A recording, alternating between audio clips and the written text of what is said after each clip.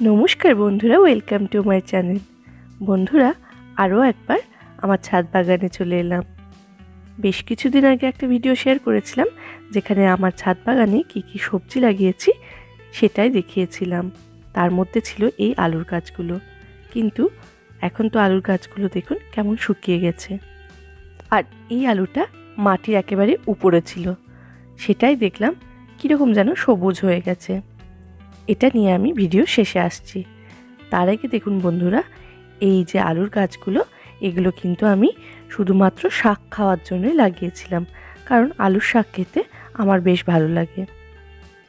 তবে এর থেকে যে আলু পাবো এবং এতটা পরিমাণ আলু পাবো সেটা কিন্তু আমি আশা করিনি। প্রত্যেকটা গাছের গোড়ায় বেশ কয়েকটা সুন্দর সুন্দর আলু পেয়েছি।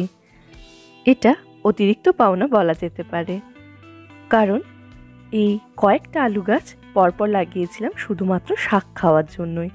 আলু চাষ করার জন্য কিন্তু এগুলো লাগানো হয়নি, তাহলে মাটিতে ভালোভাবে এগুলো লাগাতে হতো। কিন্তু তারপর দেখছি গাছগুলো শুকিয়ে এসে বেশ ভালো পরিমাণে আলু হয়েছে। যখন জল দিতে এসেছি দেখছি অনেকগুলো আলু উপরে উঠে আছে, এবং সেটা থেকেই বুঝলাম যে এর নিচেও তাহলে ভালো পরিমাণে আলু পাওয়া যাবে। সেই জন্যই শুরু হয়ে গেল এই মাটি খোঁড়ার কাজ। এবং মাটি খুঁড়তেই প্রত্যেকটা গাছ থেকেই বেশ কয়েকটা পরিমাণে আলু পাওয়া গেল, যেগুলো ছিল কিন্তু একদম ম্যাচিওর।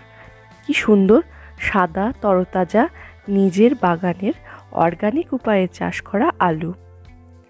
যদিও আলু যদি লাগাতে হয় তাহলে মাটিতে ভালোভাবে উঁচু করে মাটি দিয়ে দিয়ে কিন্তু আলু লাগাতে হয়, এবং তার ফলে কিন্তু আলুগুলো রোদে বা সূর্যালোকে বেরিয়ে যায় না, এবং এর জন্য কিন্তু বেশ ভালো পরিমাণে এবং অনেক বেশি পরিমাণে আলু পাওয়া যায়। এক্ষেত্রে কিন্তু আমি এগুলোর কিছুই লক্ষ্য রাখিনি, কারণ আমার লক্ষ্য কিন্তু আলু চাষ করা ছিল না। তাহলেও এই যে কটা আলু হয়েছে এটাই কিন্তু যথেষ্ট পরিমাণ, এবং এটা কিন্তু কত রকম রান্নাও করে নেওয়া যাবে। বাঙালিদের আলু থাকবে না তরকারির মধ্যে এটা তো খুব কমই দেখা যায়, আর আমার তো বিশেষ করে আলু খুবই প্রিয়। সেই জন্য প্রত্যেক দিন কোনো না কোনো তরকারিতে তো আলু দিয়েই থাকি। বাজার থেকে তো অনেক আলু কিনে খাই এবং ভবিষ্যতেও খেতে হবে, কিন্তু একবেলার জন্য যদি নিজের বাড়ির বাগানে আলু খেতে পাওয়া যায় তাহলে তো তার স্বাদ এবং আনন্দ অন্যই হবে। এখানে দেখুন বন্ধুরা, গাছের শিকড়গুলো কি সুন্দর হয়েছে, এবং তার মধ্যে থেকে এরকম ছোট বড় অনেক আলুই কালেক্ট করে নিচ্ছি, যার মধ্যে একটা কিন্তু একটু কেটে গেছে। তা হোক, বাড়িরই তো, ম্যানেজ করে নেওয়া যাবে। এই দেখুন বন্ধুরা, গাছগুলো তুলে ফেলার পর মোট এতগুলো আলু পেয়েছি। এটাও বা কম কিসের। এরপর দেখতে হবে এগুলো রান্না করার পর খেতে কেমন লাগে। নিশ্চয়ই ভালোই হবে, কি বলেন বন্ধুরা?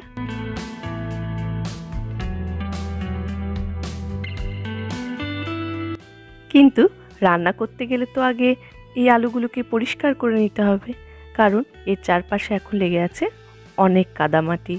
তাই চলুন আর দেরি না করে চটপট আলুগুলোকে ভালো জলে পরিষ্কার করে ধুয়ে নিই।